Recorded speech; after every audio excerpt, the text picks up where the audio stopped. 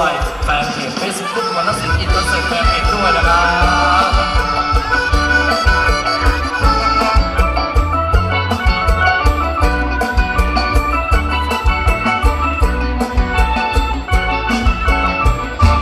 อยู่โรงไม้ต้องแบกไม้ขึ้นรถเพื่อลายยอดส่งลูกค้าทุกวัน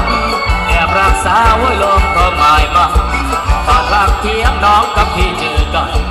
โรคเท่านั้นมันอยู่ไม่ไกลโรงมาหนุ่มรูปมารักไม่ได้เลยเนาะ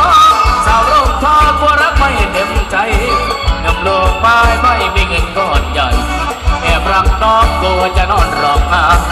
กลัวมีใครมาแย่งผู้สาวโรงก็หนุ่มรูปมาโอ้ยหนุ่มรูปมานอนมือกายนะว่าเงินมันพอ